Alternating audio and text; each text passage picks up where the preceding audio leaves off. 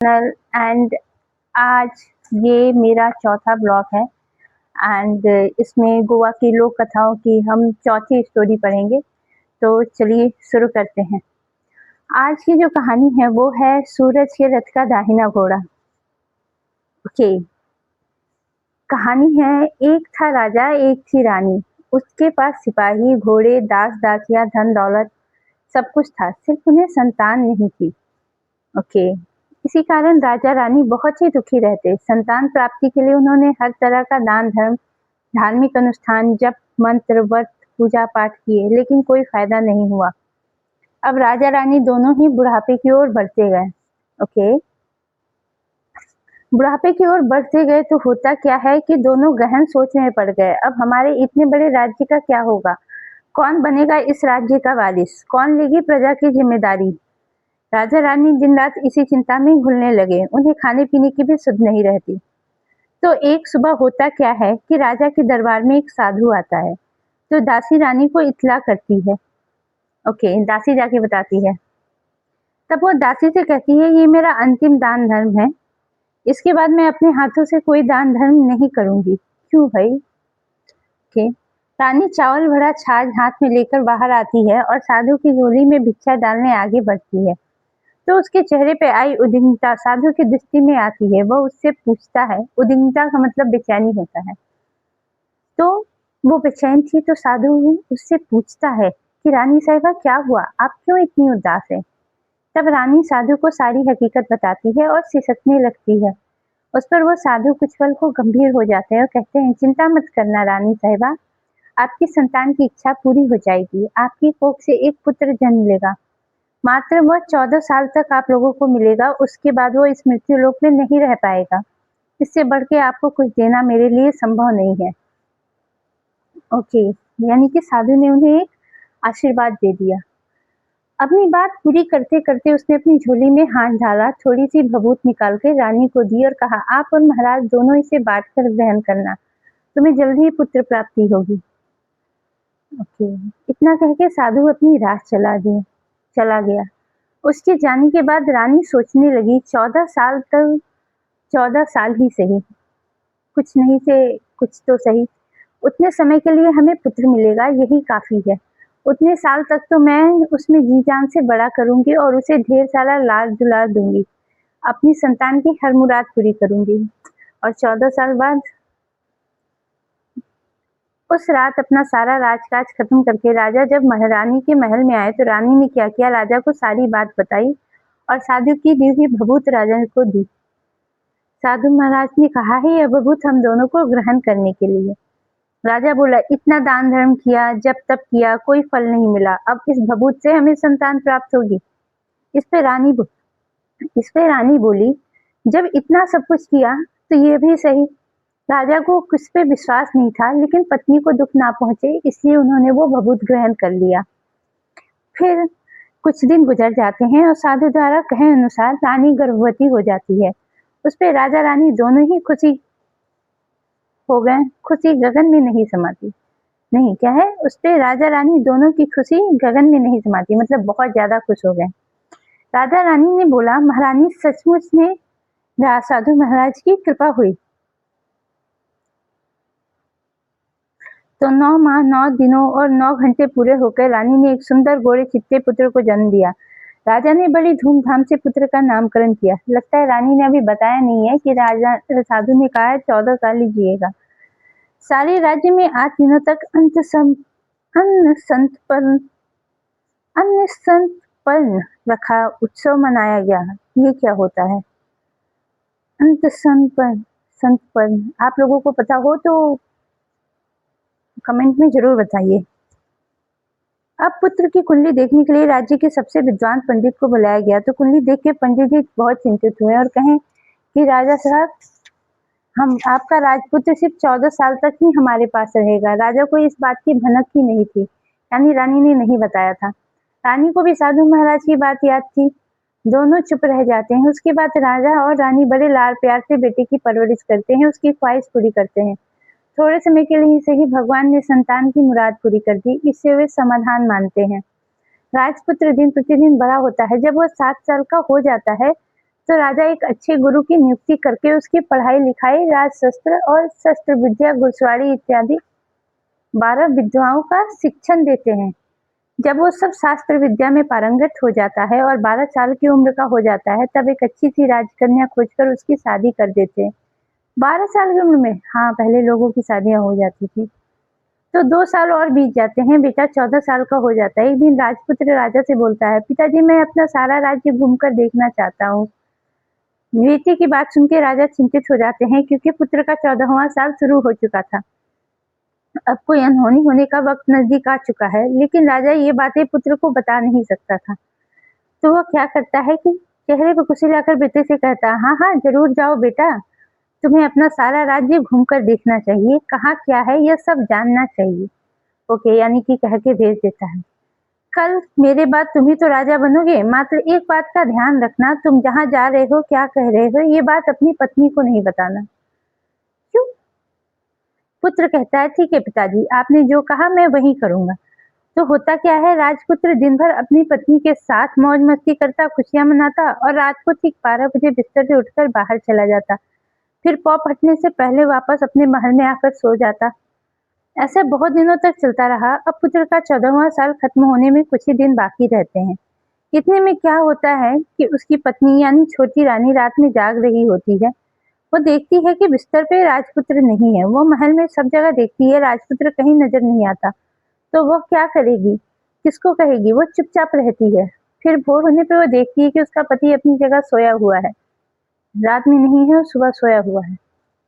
तो वो पूछती है, अपने पति से कुछ नहीं पूछती है। अच्छा, वो अपने पति से कुछ नहीं पूछती है, लेकिन दूसरी रात भी वैसे ही होता है, तीसरी रात, चौथी रात, ऐसे बहुत दिनों तक चलता है। रानी बहुत ही चिंतित हो जाती है। पति रात को जाता कहाँ है, किससे मिलने जाता है, उसके मन में ढेर सारे सवाल उठते हैं। तो इस तरह वो मन ही मन कुढ़ती रहती है। इस हालात में उसे खाने पीने में दिलचस्पी नहीं होती, वो दुबली पतली हो जाती है। तो उस राज्य में फूल बेचने वाली एक बूढ़ी मालिन, वो हमेशा छोटी रानी को फूल देने उसके महल में आती। इस बुढ़िया की ध्यान छोटी रानी पर जाता है। वो उससे पूछती है, बेटी तुम्हें किस बात का दुख है, तुम इस तरह सूख कर कांटा क्यों बनी हो? मतलब नहीं खाने से लोग थोड़े दुबले तो हो ही जाते हैं। उस पर रानी कहती है, क्या बताऊं तुम्हें अम्मा, तुम्हारा राजपुत्र हर रात बिस्तर पर से उठकर कहीं चला जाता है और सुबह भोर होते ही वापस आकर सोता है।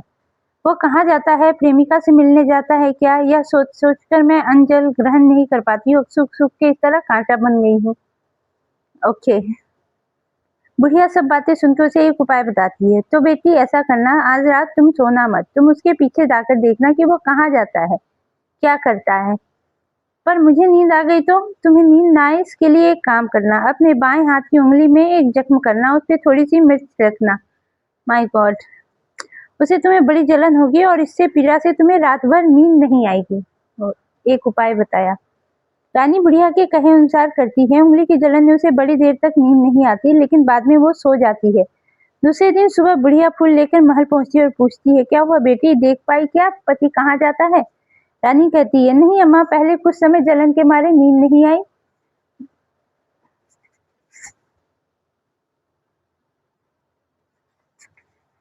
अरे खुल जाओ। पर कुछ देर पश्चात में सो गई। बुढ़िया कहती है, कोई बात नहीं, आज तुम उंगली में पहले से थोड़ा बड़ा जख्म करना और ज्यादा मिर्च लगाना। तो रानी वैसे ही करती है, परंतु वह सिर्फ पति के बिस्तर से उठ के बाहर निकलते वक्त तक जाग पाई, उसके पीछे नहीं जा सकी, क्योंकि उसकी आंखें उस समय तक मुद गई थी, यानी वो सो गई।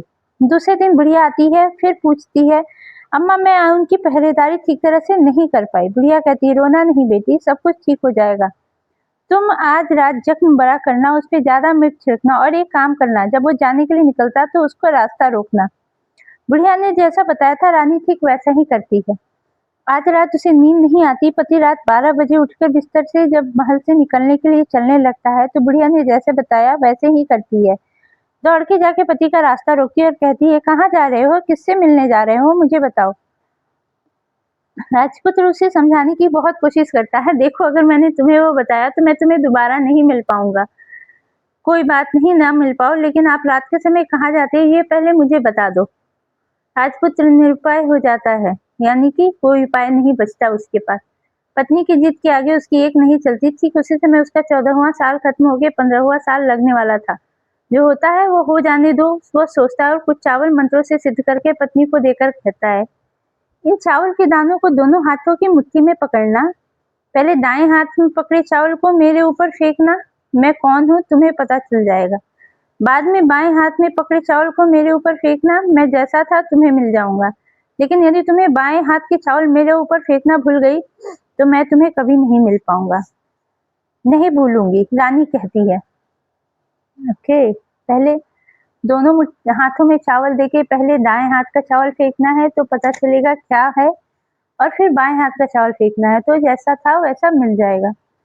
रानी बड़े आत्मविश्वास के साथ यह कहकर दाएं हाथ में पकड़े चावल पति के ऊपर फेंक देती है तो राजपुत्र एकदम से एक बड़ा विशाल घोड़ा बन जाता है। एकदम उम्दा सफेद गर्दन पर लंबी अयाल, अयाल मतलब बाल होते हैं। देखते देखते वो तेजी से दौड़ने लगता है। रानी उस घोड़े को एकदम भौचक्की होकर देखने लगती है। पति ने बाएं हाथ के चावल फेंकने की जो बात कही थी वो भूल जाती है। उसकी आंखों के सामने घोड़ा महल से बाहर निकल जाता है। घोड़ा जो महल से बाहर जाता है तो वापस नहीं आता। अब रानी को बड़ा पश्चाताप होता है। वह स्वयं को कोसने लगती है, लेकिन अब उसका कोई फायदा नहीं होने वाला था। राजपुत्र अब वापस नहीं आने वाला था। सुबह होते ही महाराजा महारानी को सब बात पता चलती है। उन्हें बहुत दुख होता है। वो बिस्तर पकड़ते और राह देखते हैं कि एक दिन उनका बेटा वापस आ जाएगा। इस तरह 1 महीना गुजरता है, 2 महीने गुजरते हैं, 3 महीने गुजरते हैं, आखिर 6 महीने पूरे होते हैं, लेकिन उनके बेटे का कोई अता पता नहीं होता।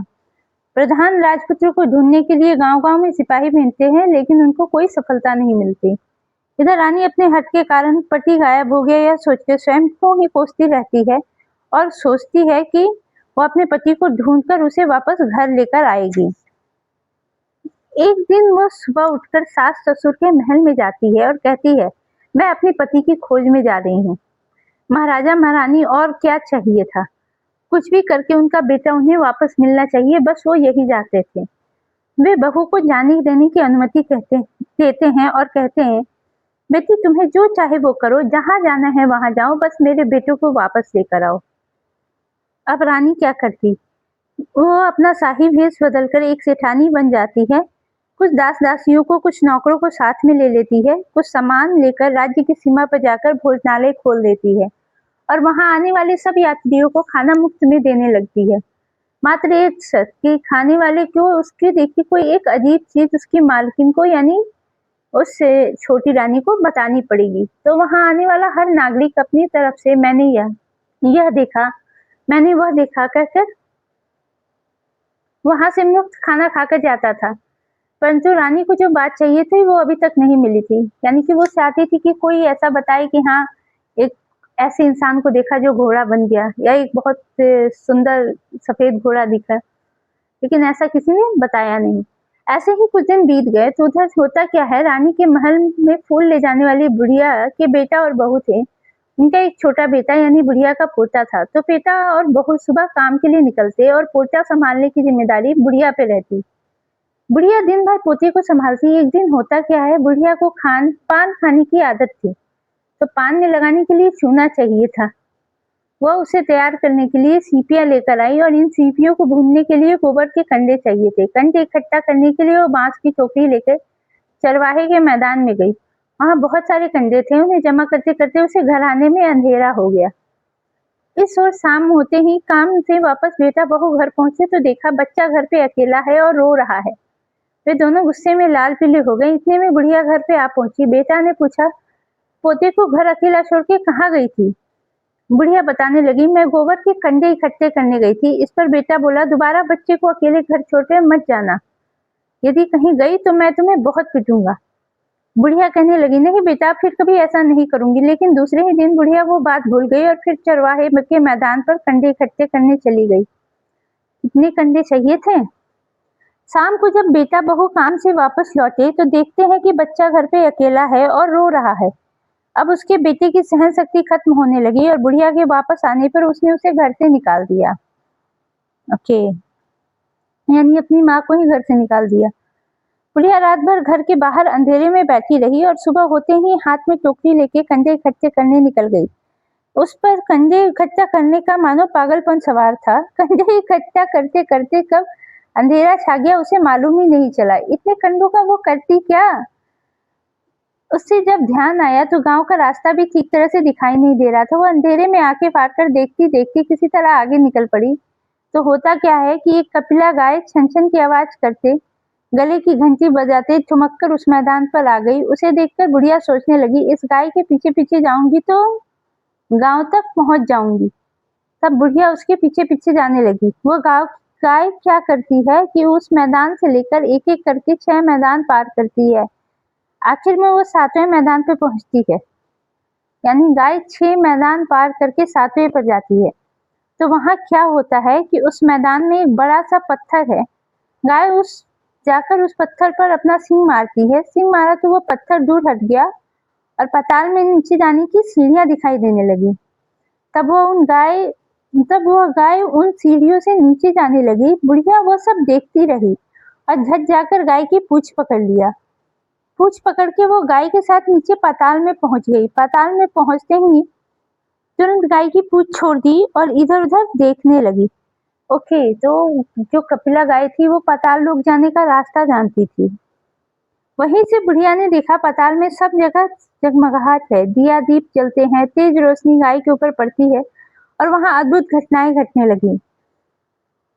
गाय के नीचे जाते ही उसके गले में अपने आप सांकल पड़ गई और वो छम-छम करके दुधारी गाय के दूध दुहाने लगी। लेकिन जो भी कोई वह कर रहा था वो मात्र दिखाई नहीं दे रहा था। बुढ़िया बहुत घबरा गई, कहाँ आकर फंस गई वो सोचने लगी। यहाँ वहाँ छिपने के लिए जगह ढूंढने लगी लेकिन उसे कभी कोई जगह नहीं मिली। हर जगह उजाला ही उजाला था। तो वो यूँ एक कोने में खड़ी हो गई और जो कुछ सामने हो रहा था उसे चुपचाप देखने लगी। यानी वो पाताल लोक में चली गई और वहाँ पर वो चुपचाप एक कोने में खड़ी होके सारी चीजें देखने लगी। कुछ पल के बाद वहाँ झट से एक उमदा सफेद घोड़ा आया। वाओ घोड़ा! वो घोड़ा आ गया। वहाँ 2 कुंड थे, उसमें से एक कुंड में उस घोड़े ने छलांग लगाई और ऊपर आ गया। वह उस राजपुत्र का रूप प्राप्त हो गया। यानी कि चावल फेंकना भूल गई थी तो वो घोड़ा बन के रह गया था, लेकिन वो जाके पाताल लोक में रहने लगा था। राजपुत्र बनने के बाद उसने दूसरे कुंड में गए पानी में स्नान किया, वहाँ रखे नए कपड़े पहने, नजदीक ही एक सुंदर पलंग पर बैठ गया और उसके सामने अपनी पंच पकवानों की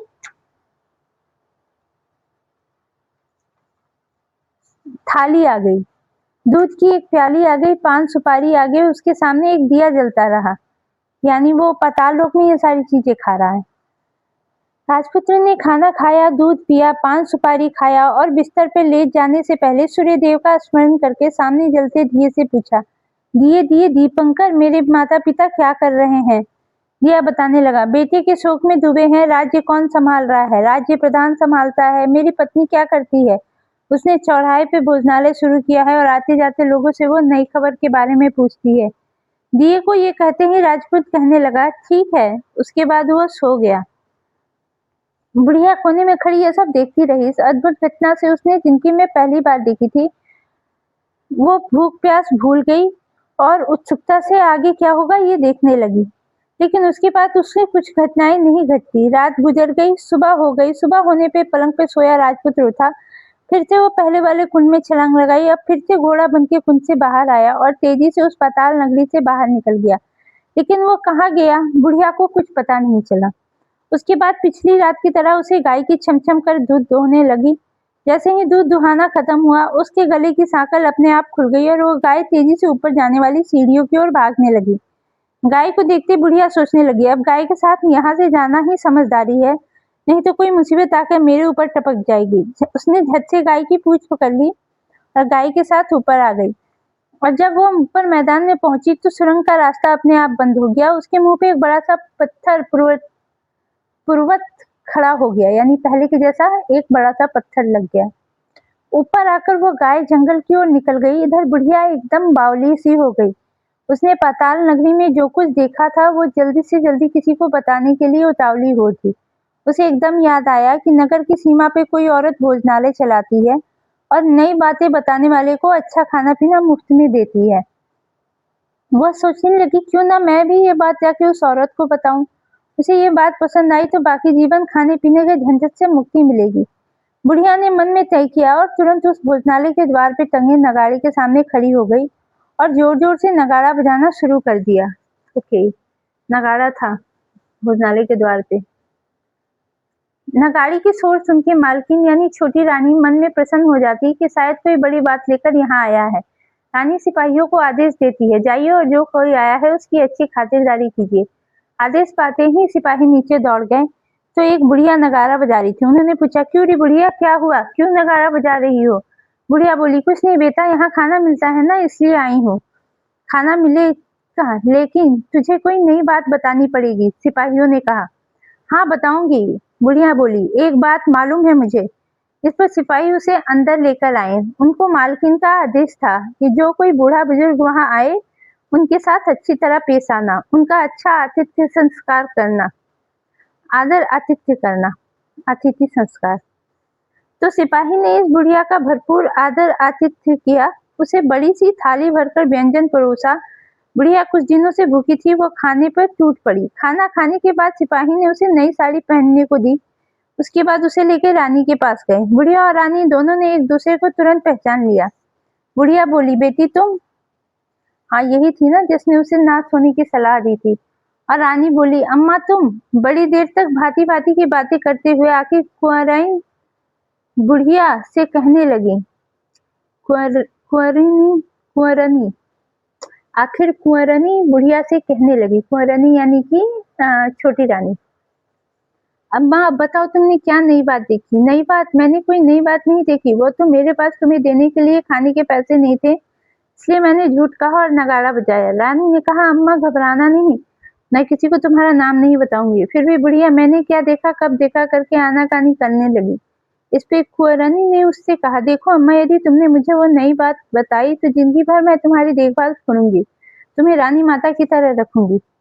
अब बुढ़िया बताने को तैयार हो गई। उसने जो कुछ भी चारगाह वाले मैदान पर देखा वो सब कुछ कुंवरनी को बता दिया। मैं अब से कुंवरनी को छोटी रानी पढ़ूंगी। ये बहुत डिफिकल्ट अजीब सा है। बुढ़िया की ये बातें सुन के छोटी रानी को यकीन हो गया कि वो राजपुत्र उसी का पति है। वो तुरंत बुढ़िया से कहने लगा, बुढ़िया अम्मा मुझे उस जगह पर ले चलो। नहीं बेटी, वो पाताल राज्य है, सांप है, यदि किसी ने तुम्हें देख लिया तो तुम्हारी जान खतरे में पड़ सकती है। लेकिन रानी उसकी एक बात नहीं सुनती और उसे उस जगह ले जाने की हट करने लगी। आखिर में बुढ़िया ने उसका कहना मान लिया और कहने लगी, ठीक है, मैं तुम्हें वहां लेकर चलती हूँ, पर आज नहीं कल।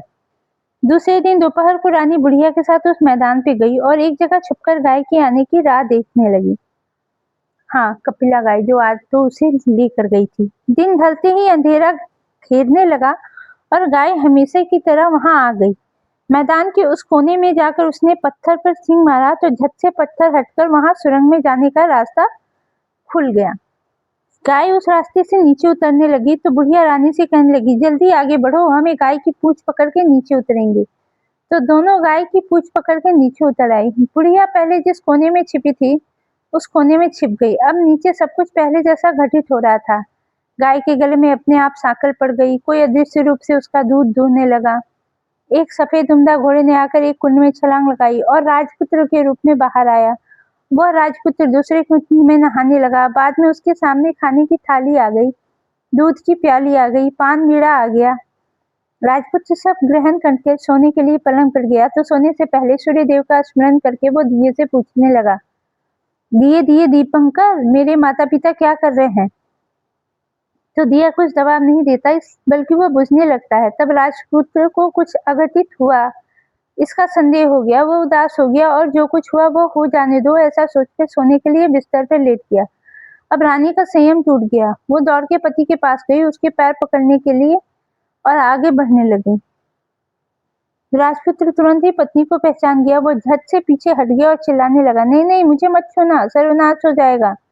रानी दोनों हाथ जोड़ के पति से अपनी भूल स्वीकारने लगी। स्वामी, मुझसे भूल हो गई, मुझे आपसे नहीं पूछना चाहिए था कि आप रात को कहाँ जाते हैं। मैं भूल स्वीकार करती हूँ, मुझे मेरी भूल की सजा मिल गई। अब आप घर चलिए, आपके वियोग में आपके माता पिता ने बिस्तर पकड़ लिया है, आपकी प्रजा भी बहुत दुखी है।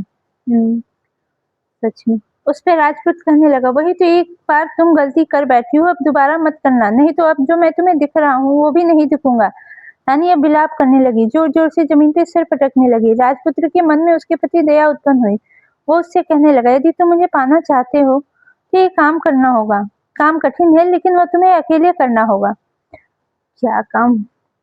कहो स्वामी, कितना भी कठिन काम हो मैं वो पूर्ण करूंगी, रानी ने कहा। इस पर राजपुत्र ने उसे कहा, इस पाताल से ऊपर जाते ही तुम्हें एक घना जंगल नजर आएगा।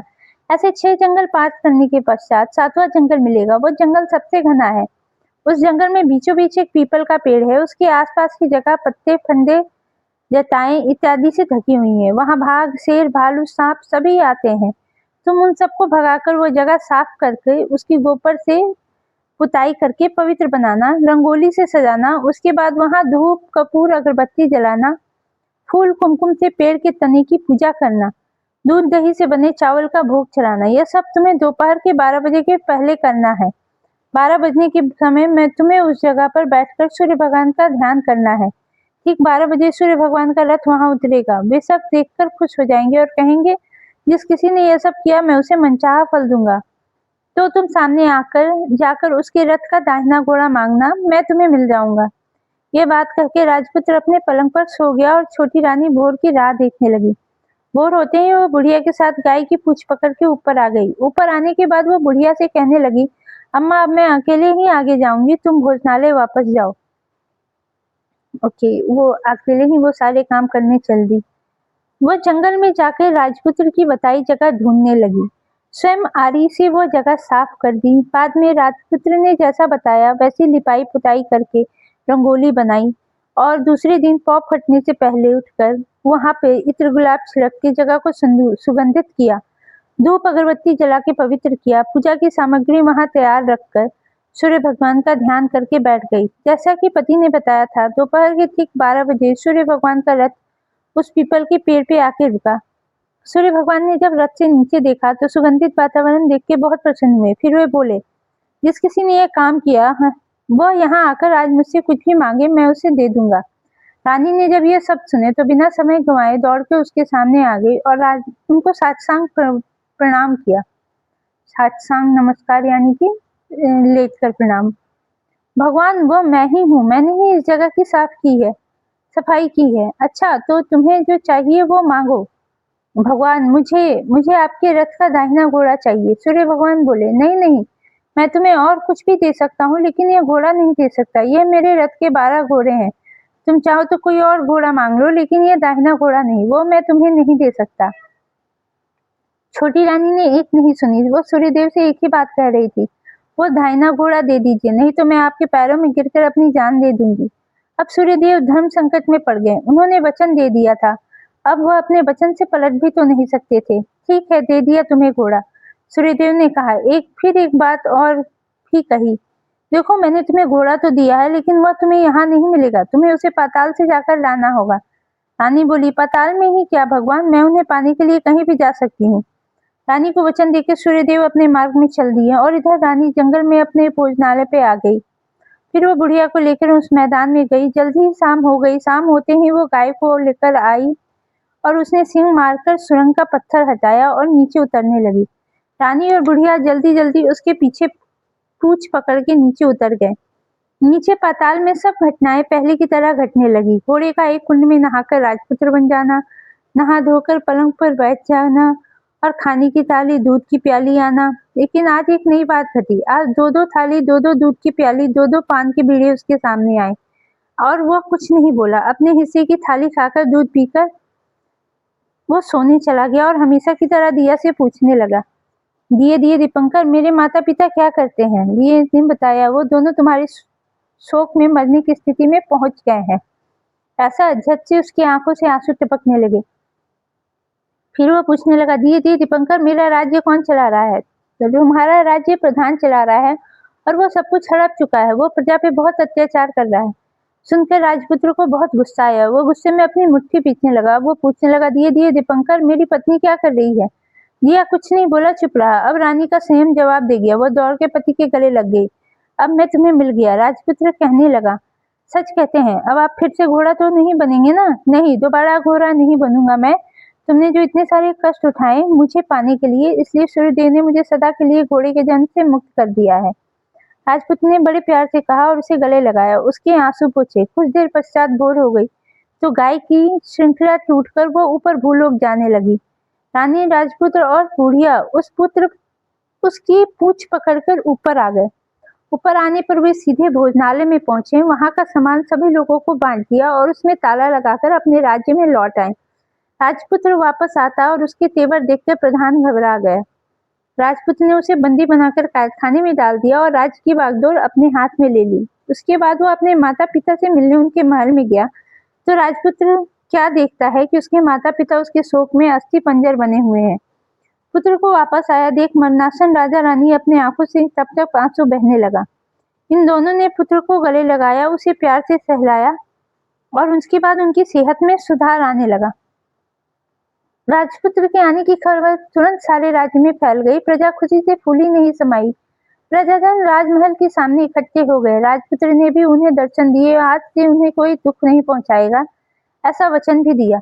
अब राजा अपने पुत्र का राज्याभिषेक करके सिंहासन पर बिठाता है और बहू को महारानी का दर्जा देता है। स्वयं अपनी पत्नी के साथ ईश्वर स्मरण करके खुशी से दिन बिताता है। महाराजा बना राजपुत्र अच्छी तरह राज्य चलाने लगा और अपनी पत्नी के साथ सुख शांति से जीवन बिताने लगा। उस बुढ़िया को रानी ने अपने पास ही रख लिया। छोटी रानी ने अपने पास ही रख लिया और उसकी अच्छी तरह से देखभाल करने लगी। बुढ़िया और उसके बुढ़ापे के दिन खुशी से गुजरने लगे। आओ, कहानी समाप्त।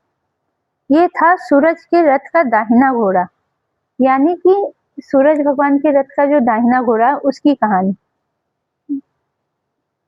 उसका पति जो था वो सूरज के रथ का दाहिना घोड़ा था और ये बात उसे पता ही नहीं थी। ये चौथी कहानी थी, काफी लंबी थी लेकिन काफी अच्छी थी और काफी इंटरेस्टिंग भी थी। तो मुझे तो ये कहानी इंटरेस्टिंग लगी। आपको कैसी लगी आप बताइए।